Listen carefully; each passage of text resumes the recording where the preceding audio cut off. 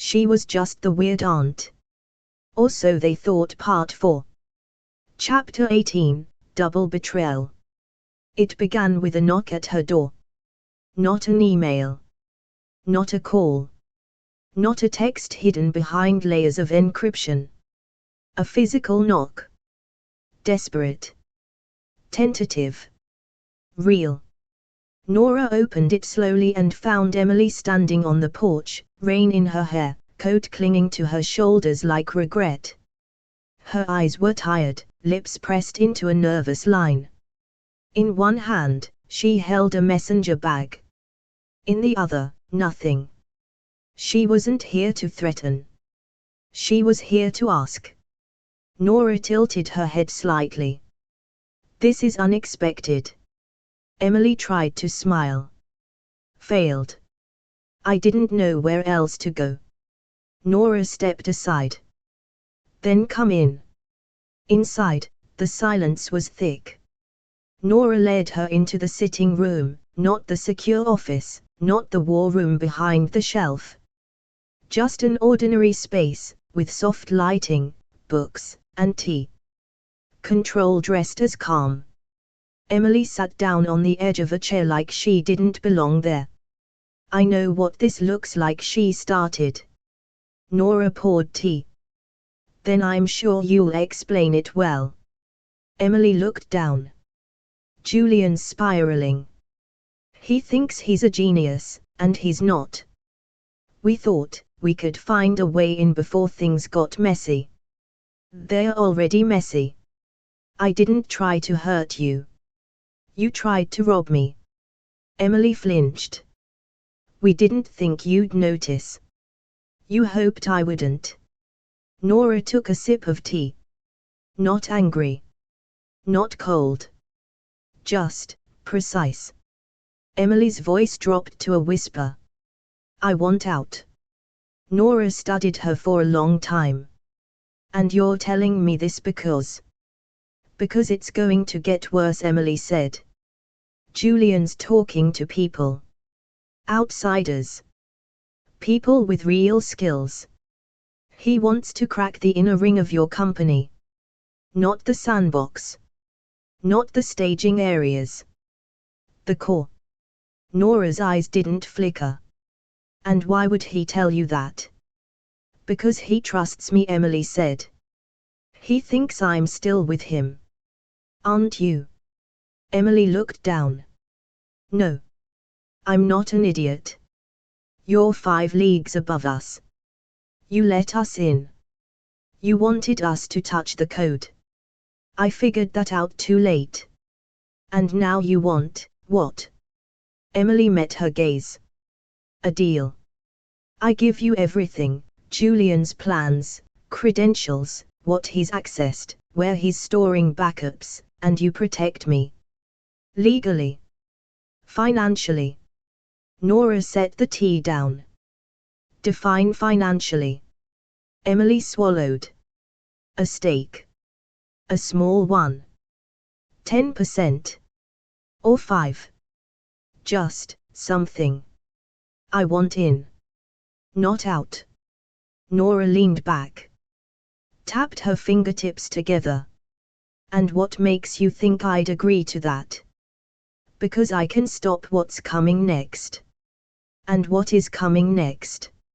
Emily's voice dropped to a whisper. An actual breach. Not a test. Not a sandbox. A targeted move on your core vault. He has a third party helping him. You have maybe 3 days. Nora was silent for a moment. Then she nodded slowly. 10%. Emily blinked. What? I'll give you 10%, Nora said. Contingent on proof. You give me Julian's plan, the tools, access nodes, everything. If it checks out, we'll formalize the partnership. Emily exhaled. Relief, fast, reckless, foolish. Thank you, she said.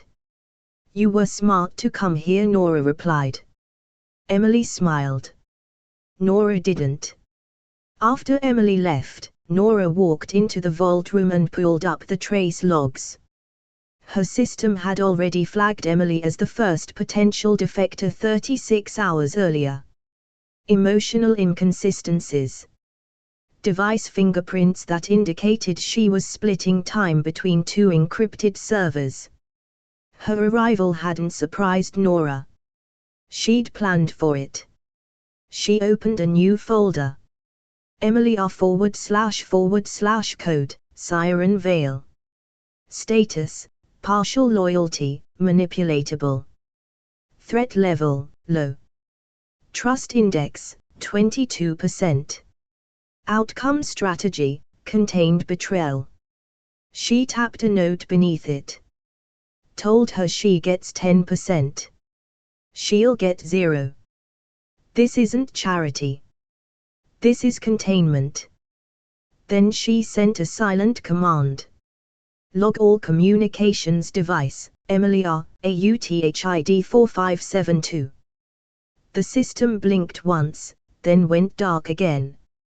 Elsewhere, Julian was plotting in real time, unaware that his ally had just sold him out, and even less aware that she had been allowed to do so.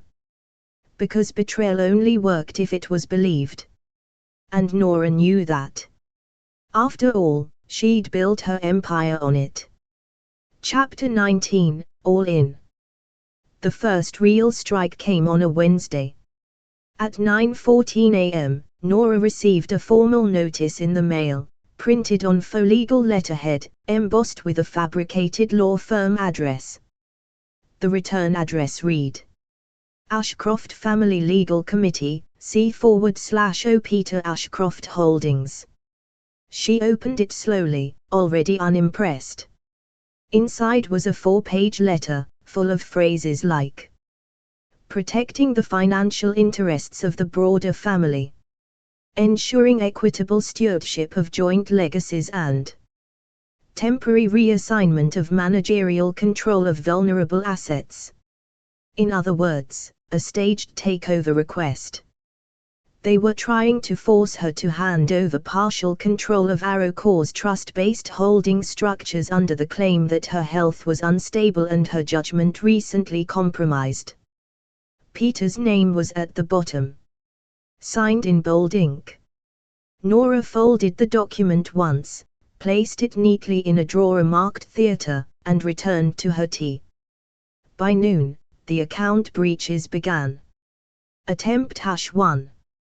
An attempt to reset one of Arrowcore's crypto wallets. It came from a private server in New Jersey, spoofed through a generic IP mask. Traced to a machine in Julian's apartment. Attempt #2. An email posing as Nora, sent to one of her silent investors, requesting a formal release of board voting privileges due to exhaustion and illness. The email was clean. Too clean. Generated. It didn't match her linguistic fingerprint. The investor, a reclusive magnate named Yao, forwarded it directly to Nora with a single line.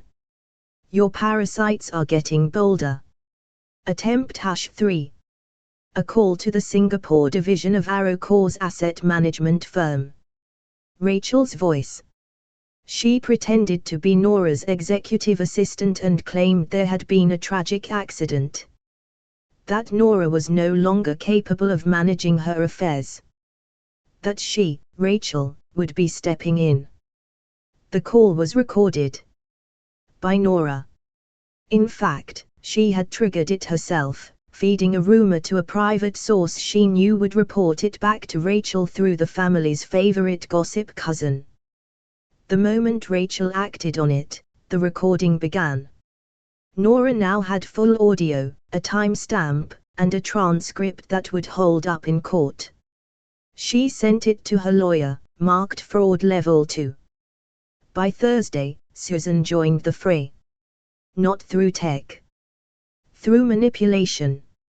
She scheduled a meeting with Harold, their aging father, and brought him a stack of documents to sign. Among them, a power of attorney reassignment form. Pre-filled. Nora's name removed.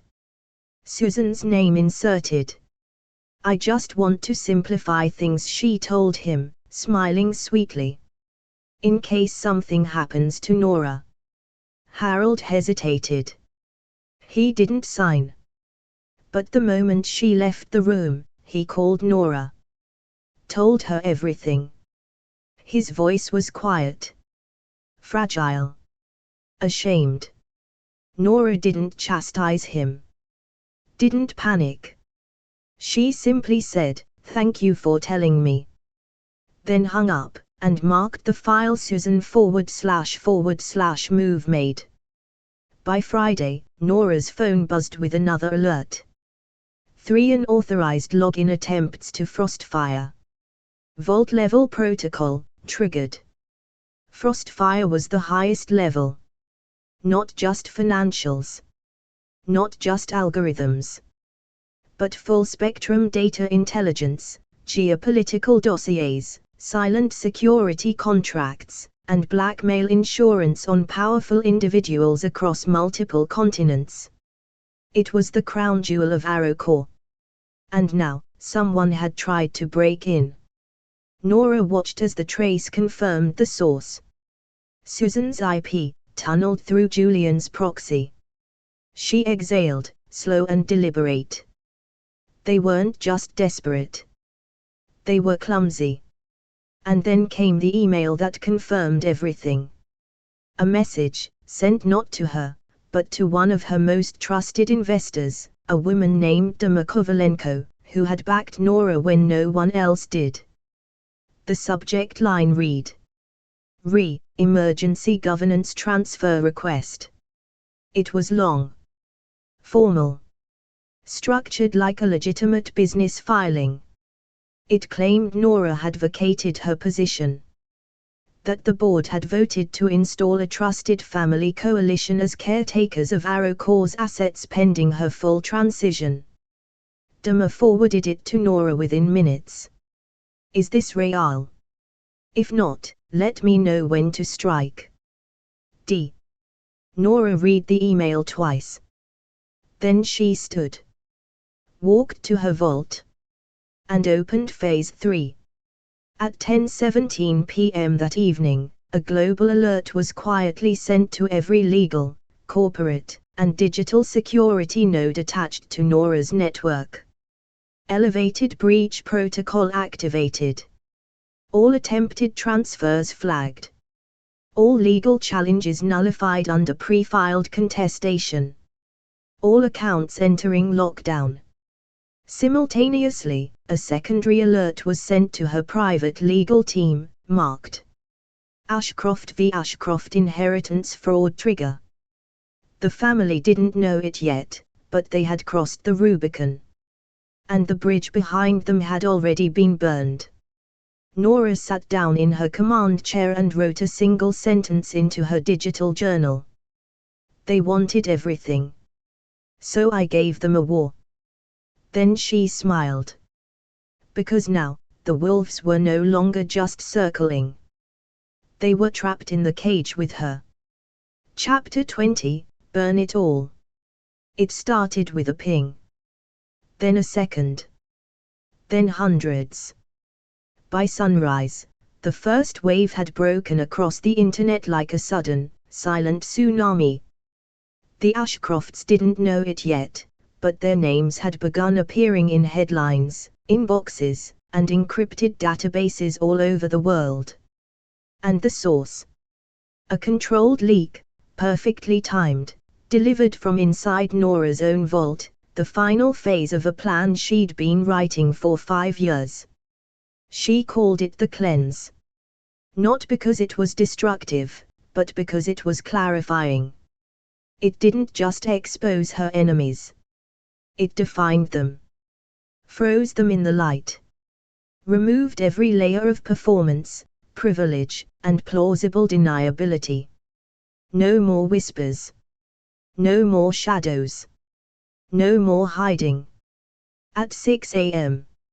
East, every major media outlet received a heavily redacted document dump titled Ashcroft Financial Misconduct Internal Files.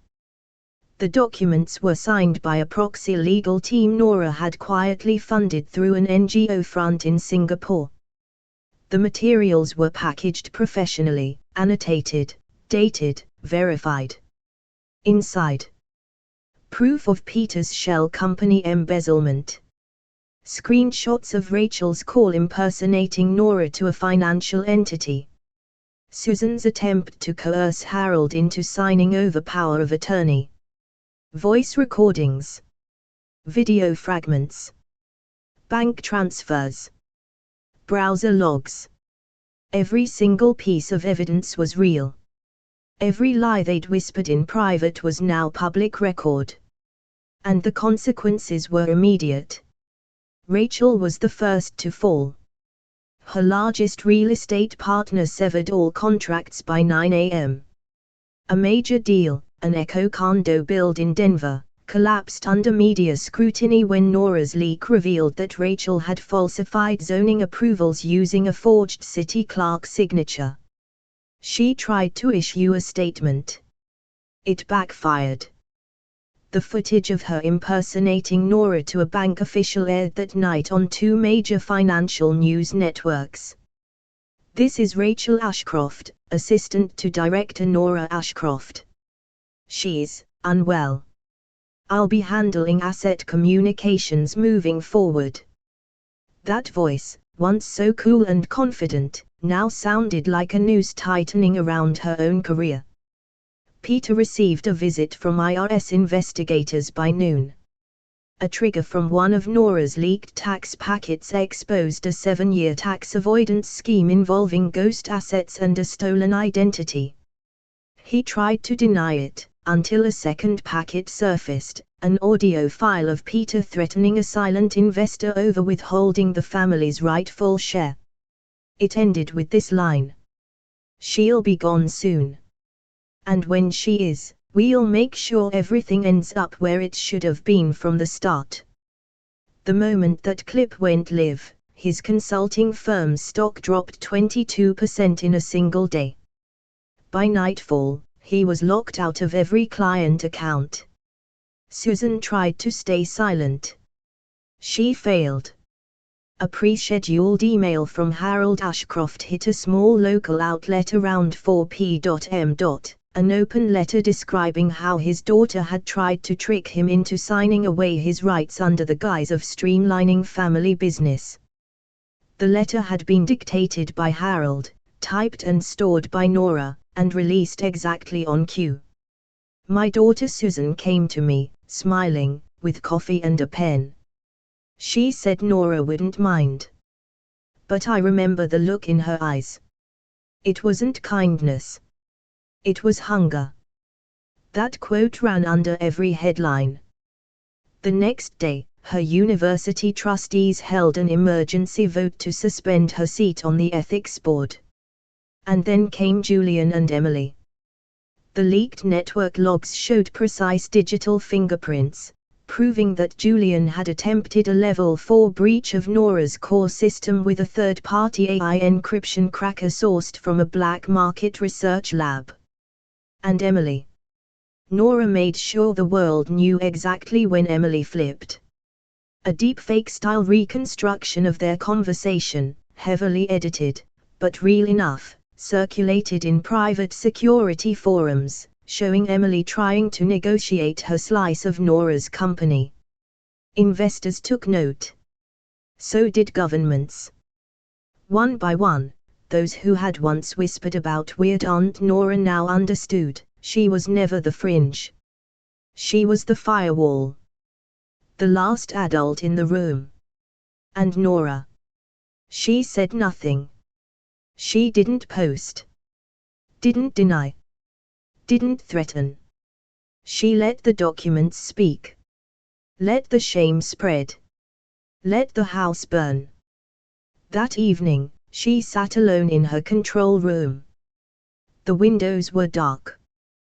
The fire was low. Her command terminal displayed a quiet screen. Phase 3 complete. Status: irreversible, all vaults sealed. All threats neutralized. All successes denied. A small blinking line appeared beneath it.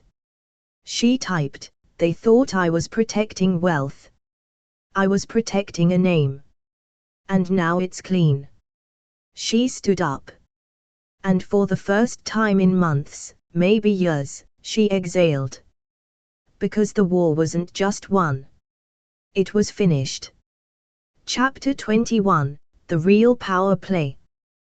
The Ashcrofts had spent weeks clawing through the wreckage. Rachel, disbarred from real estate boards across 3 states, was now clinging to the tatters of a frozen portfolio. Peter had gone underground, his name redacted from every company website he once led. Susan faced pending charges related to attempted legal manipulation of an elder, her name now whispered on ethics forums as a cautionary tale. Julian and Emily had been blacklisted from every major tech accelerator on both coasts.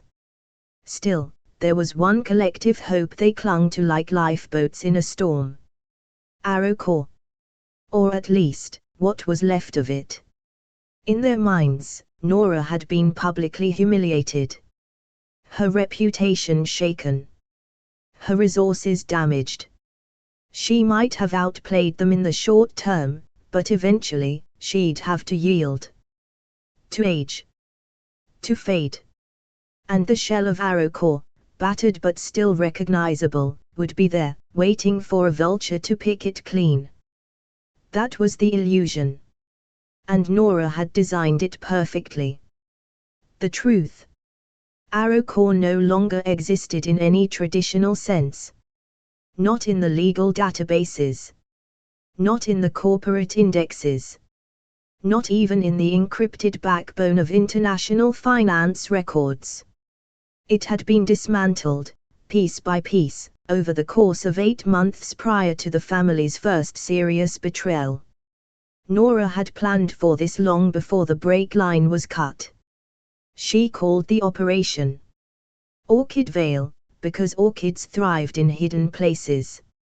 At the heart of it was a shell corporation, disguised beneath layers of maritime law, tax shelters, and algorithmic obfuscation. Its name. Nerthus Holdings AG, registered in Liechtenstein. Officially, it was a dormant biotech consulting entity. In reality, it was ArrowCore. All its patents, IP portfolios, AI frameworks, cyber assets, liquid capital, and sovereign contracts had been transferred into Nerthus over a series of shadow transactions masked as regulatory migrations and licensing expirations. It hadn't just moved the company. It had redefined it. ArrowCore was now nothing more than an empty vault, a digital mausoleum of expired domains, ghost emails, and simulation servers left online just long enough to trap the greedy.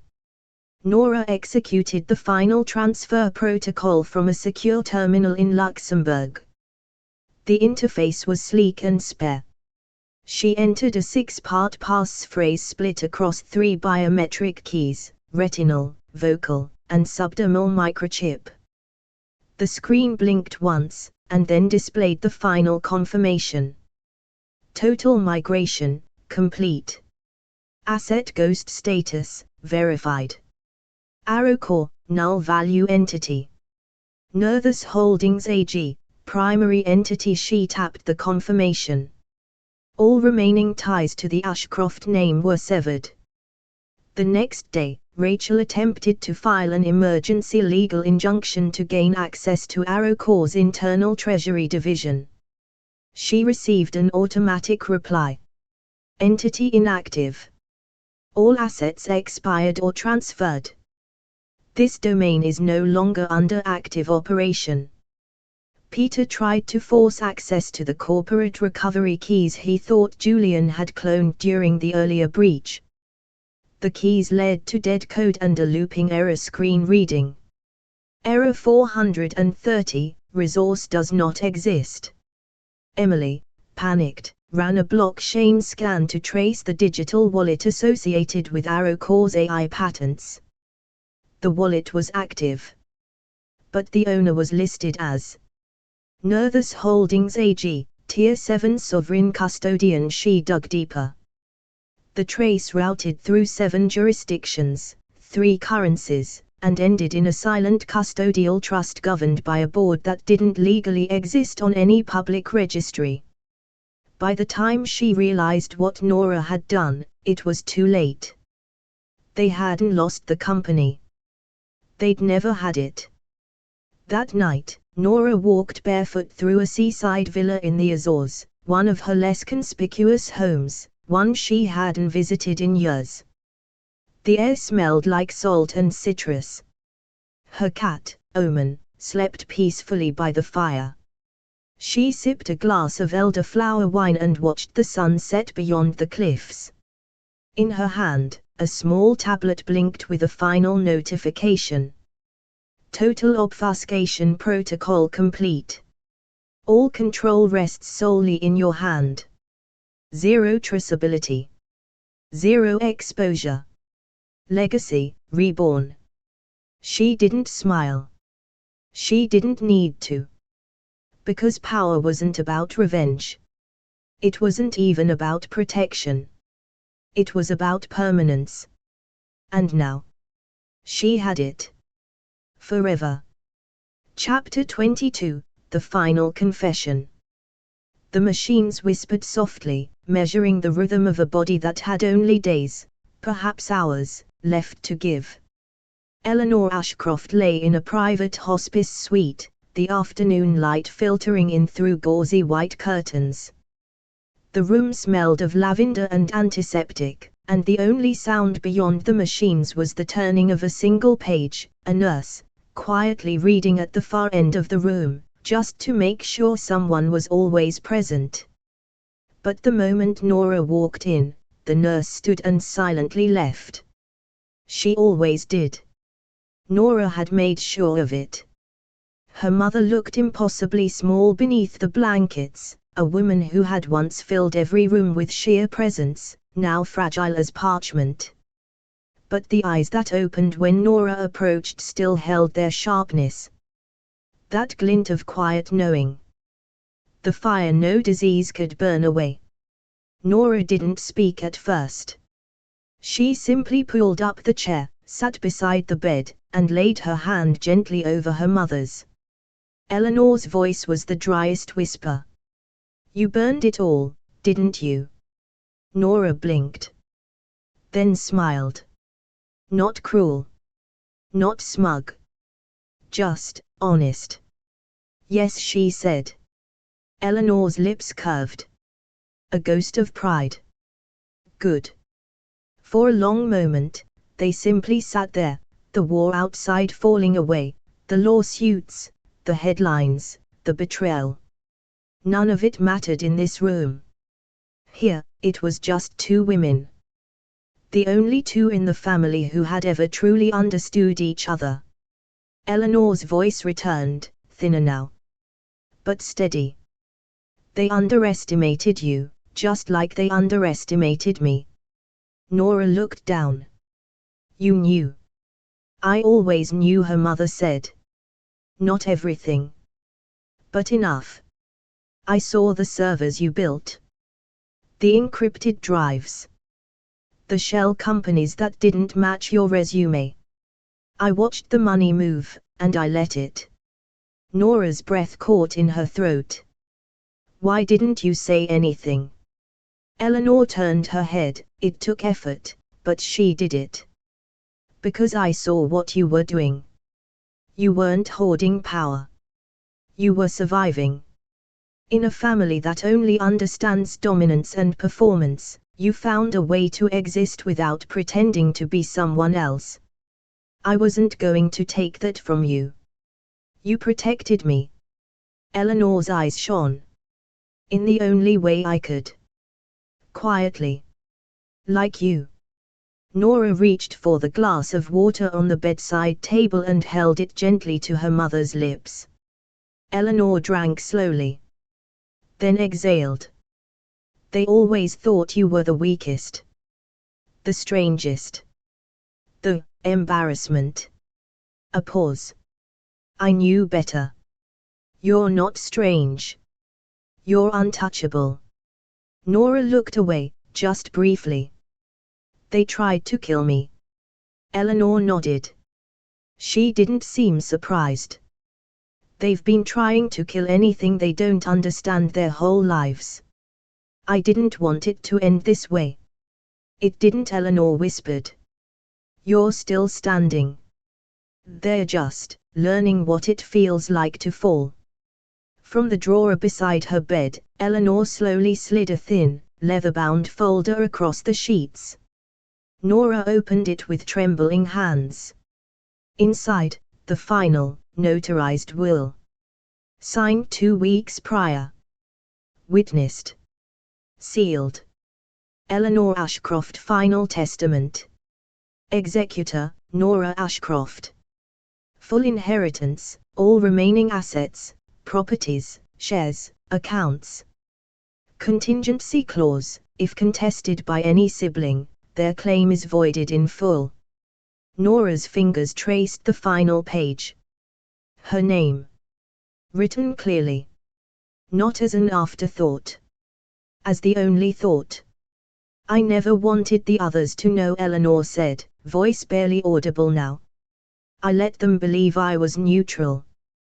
That I hadn't chosen. But I had. I chose you. Long before any of this started. Tears brimmed in Nora's eyes. Why? Her mother smiled, soft, tired, but certain. Because you're the only one who ever fought without permission. The only one who learned that surviving doesn't mean being seen. It means knowing when to disappear. Outside, the sky was turning gold, late afternoon slanting into memory. Eleanor's breath was growing shallow. The pauses longer. The time between words stretching like dusk itself. She reached up, one last time, and brushed her fingers across Nora's cheek. Don't forget who you are, even when they do. Nora pressed her forehead gently against her mother's. I won't. A final breath. Soft. Unburdened. And then, silence. Nora sat there for a long time, unmoving. No sobbing. No theatrics. Just a stillness so deep, it felt sacred. Then, slowly, she stood. She tucked the will into her coat. Kissed her mother's forehead. And walked out of the room. Outside the hospice, a black sedan waited, windows tinted, engine purring like a tiger in the dark. Nora stepped inside. Her phone buzzed once. A message from her legal team. Will executed. Challenge clause now active. Family locked out. Nora closed her eyes. Her empire was safe. Her legacy was hers. And now, the final phase could begin. Chapter 23, The Collapse. The storm began, fittingly, in a private conference room in downtown Manhattan, a cold, glass and steel monolith 31 floors above the street, with a long table meant for billion-dollar negotiations and corporate peace treaties. But there would be no peace today. At the table sat Peter, Rachel, and Susan, faces drawn, voices tight, rage clamped down behind clenched jaws. Their lawyers sat beside them, or behind them, depending on who still had one. All three had read the final will. All three had lost everything. The inheritance. Gone. The company. A digital corpse. The reputation. Publicly scorched. But it was the final clause, the one that froze their right to challenge anything without forfeiting every other claim, that sent the meeting spiraling into madness. She left everything to Nora. Peter said, staring at the paper as if it had physically slapped him. That which manipulated Mom. This isn't legal. This can't be legal. It's airtight, Rachel muttered, flipping pages. Notarized. Witnessed. Executed in hospice under camera. Even Harold confirmed it. Bullshit. Peter stood so fast his chair screeched. She poisoned her. She convinced her while she was dying. Stop it, Susan hissed. Just stop. She didn't poison anyone. Mom made her choice. And we're just going to let that freak walk away with everything. Rachel snapped, voice suddenly sharp. We spent years, decades, dealing with this family while she played shadow games. And now she gets it all. No. No. I won't let her do this to us. You already did, came a voice from the far end of the room. Everyone turned. It was Julian, entering late, eyes hollow, lips curled in something between disgust and amusement. We played the game. We lost. She outmaneuvered us in every direction. Don't act like you're innocent, Susan said coldly. You and Emily triggered the entire breach. And you tried to rewrite your own father's legal capacity, he shot back. We all got dirty. Just some of us were dumber than others. Peter punched the table. I'm going public. Silence. Susan blinked. What? I'm going to the press. We tell them everything. We expose Nora, the offshore stuff, the secret servers, the shell corporations. We drag her into the light. That'll get her to settle. Rachel's face twisted. Are you out of your mind? But Peter was already pulling out his phone, pacing. I still have a contact at the Times. And another at Finance Daily. If they publish even a hint of this. Ding. His phone lit up. An email. From Nora Ashcroft Legal Division. Subject, Notice of Immediate Enforcement, NDA Breach Anticipation. He opened it, eyes narrowing. His skin paled by the third sentence. We have been made aware of your intent to disseminate confidential information obtained in violation of federal statutes and corporate compliance. Attached are the binding NDAs signed in 2018, 2021, and again in 2023, witnessed and notarized. Per Clause 9b, any attempt to contact media entities will trigger an automatic injunction and a $25 million fine. The email included scans of Peter's own signature. Each document airtight. Each one real. And beneath it all, a single audio file. Peter pressed play. His own voice filled the room. She's dying anyway. Just push it through. We'll handle the paperwork. What's she gonna do? Haunt us? His blood drained from his face. Holy shit, Rachel breathed. Peter lowered the phone. She recorded everything. By that night, every single sibling had been served, not just with cease and desist orders, but with pending lawsuits ranging from breach of contract, defamation, conspiracy to commit fraud, and attempted corporate theft. Rachel tried to lawyer up again. 2 firms turned her down. A third sent back a short reply. Conflict of interest.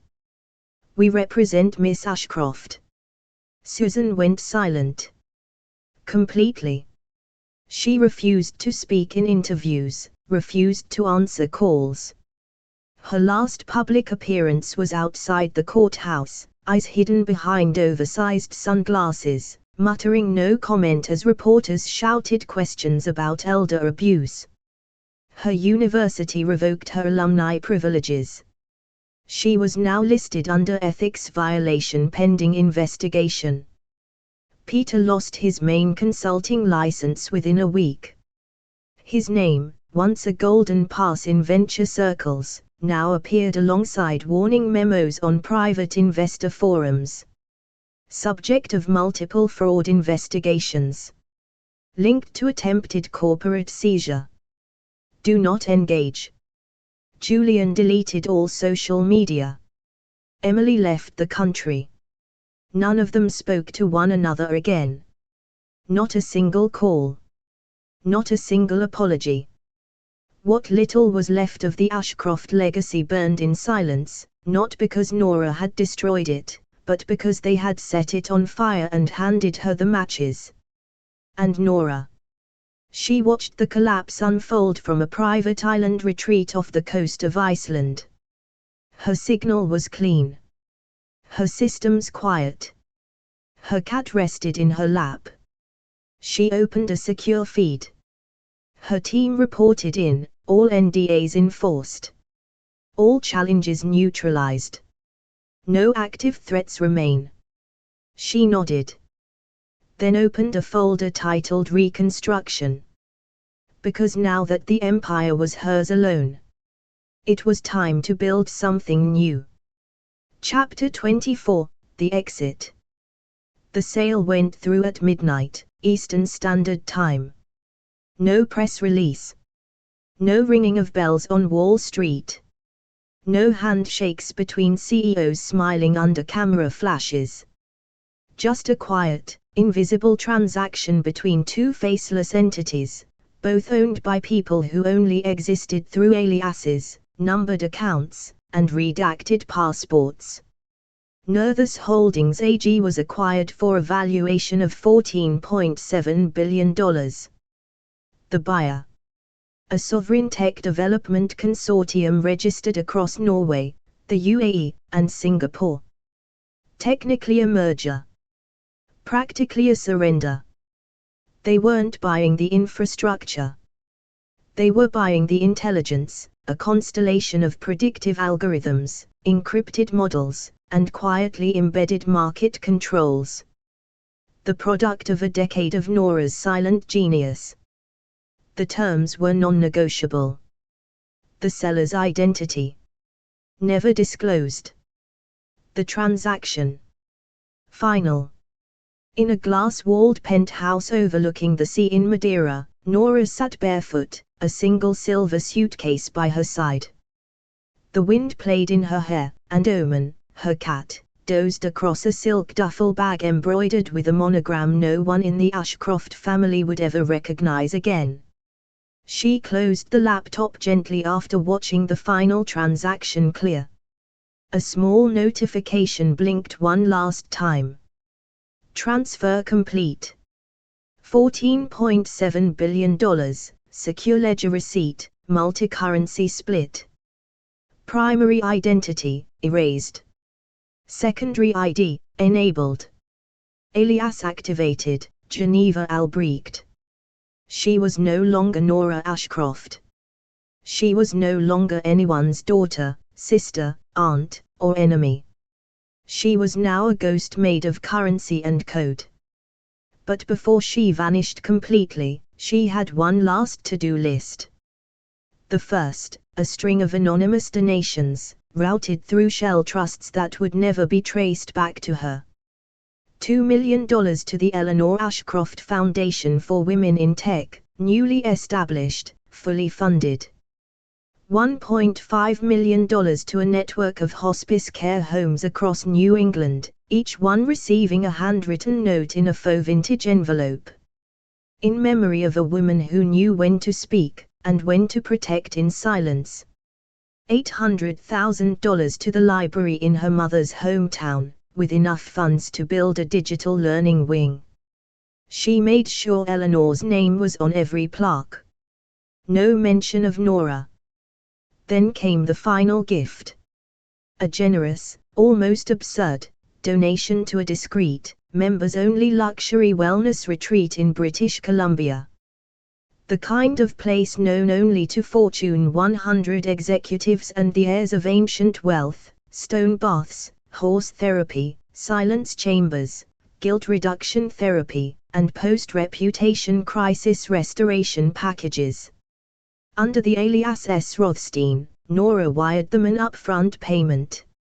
Attached was a simple note. Guests of honor, the Ashcroft siblings, X3. Full coverage, private suites, cognitive recalibration, long-term stay optional. Dietary preferences and legal guardianship documents included. The retreat didn't ask questions. They never did. By the time Susan, Peter, and Rachel received their gilded invitations in the mail, with embossed names and an RSVP line that read simply "You've been chosen," they had no idea who had sent them. They suspected Nora. But they would never be sure. And that was the point. That night, Nora stood at the edge of a private runway, the roar of a sleek, unregistered jet warming in the distance. Her cat meowed once, unimpressed. She glanced down at her phone. One final message waited for her. From her encryption terminal. Auto sent upon the confirmed sale. Last log-off confirmed. IP trace, null. Location, gone. Identity status, unclaimed. Congratulations. You are now a myth. She turned off the device. Dropped it into the sea. And walked up the jet's stairs, her silhouette swallowed in the light of engines ready to leave the world behind. There would be no more headlines. No photos. No scandals. Just rumors. Whispers. And somewhere, quietly, the new identity of Geneva Albrecht would begin a new life, untouched by family, betrayal, or legacy. Only freedom. And a name no one could steal. Chapter 25, The New Legacy. The world had moved on. Tech had evolved. Empires had risen and collapsed in boardrooms and code bases. AI firms came and went. Billionaires burned their wealth trying to buy relevance. Stock markets danced and spiraled. The public's attention span shortened. Memory decayed. And still, she watched. From a sun-warmed villa tucked into the volcanic cliffs of São Jorge, one of the lesser-known Azorian Islands, Nora sipped tea as mist rolled in off the Atlantic. A smart glass wall framed the view of the sea, soft green vines curling along the eaves above her. To the world, Nora Ashcroft was gone. A digital ghost. A financial footnote. Buried beneath a tangle of shell corporations and legal obfuscations that even governments couldn't unwind. To the very few who still whispered her name, she was a myth. A cautionary tale. Some said she'd died after selling ArrowCore. Others claimed she was in hiding from the CIA. A few, the paranoid few, believed she was running the world from behind a firewall of zeros and silence. None of them were right.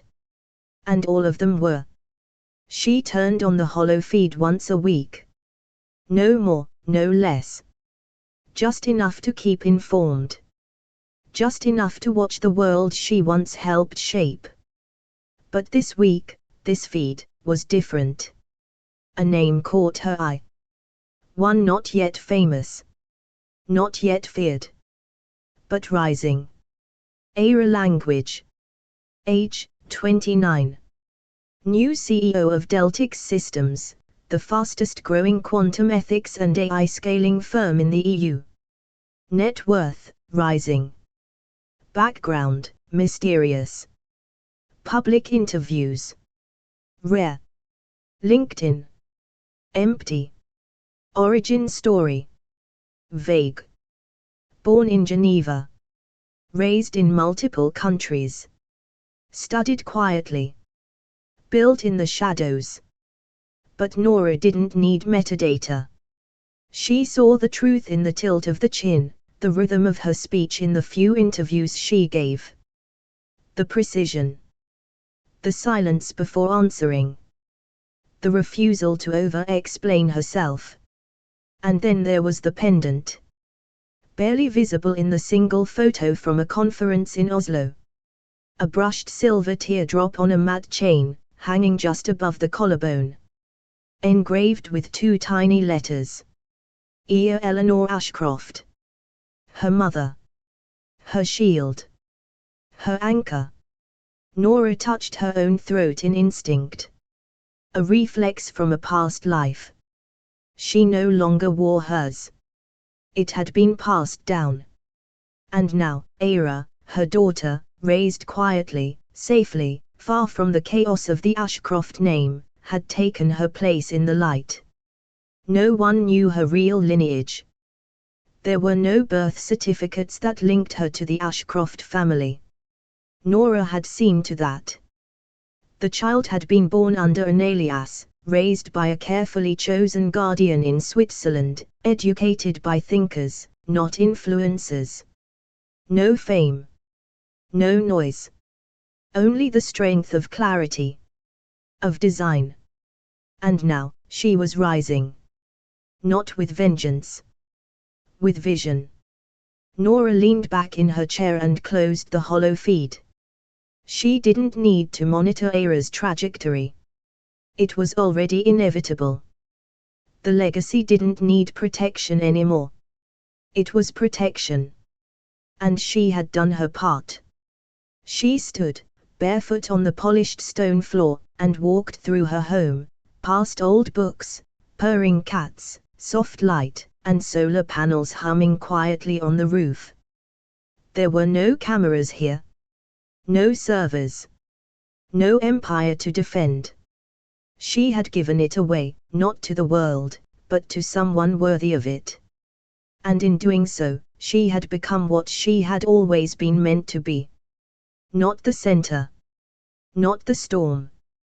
But the quiet current underneath it all. From the bluff above the sea, she watched the waves crash, the same way she once watched stock tickers and betrayal bloom.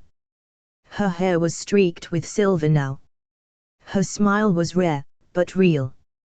For the first time in her life, Nora Ashcroft was not underestimated because she was hidden. She was underestimated because she chose to be. And that was real power. Not being seen. Being sovereign. In a world of secrets, power, and broken hearts, one click could change everything. Like what you just watched. Then like, subscribe, and ring that bell, or risk missing the next scandal. Drop a comment below, we're always watching. Billionaires and family drama, where love is rare, but drama is guaranteed.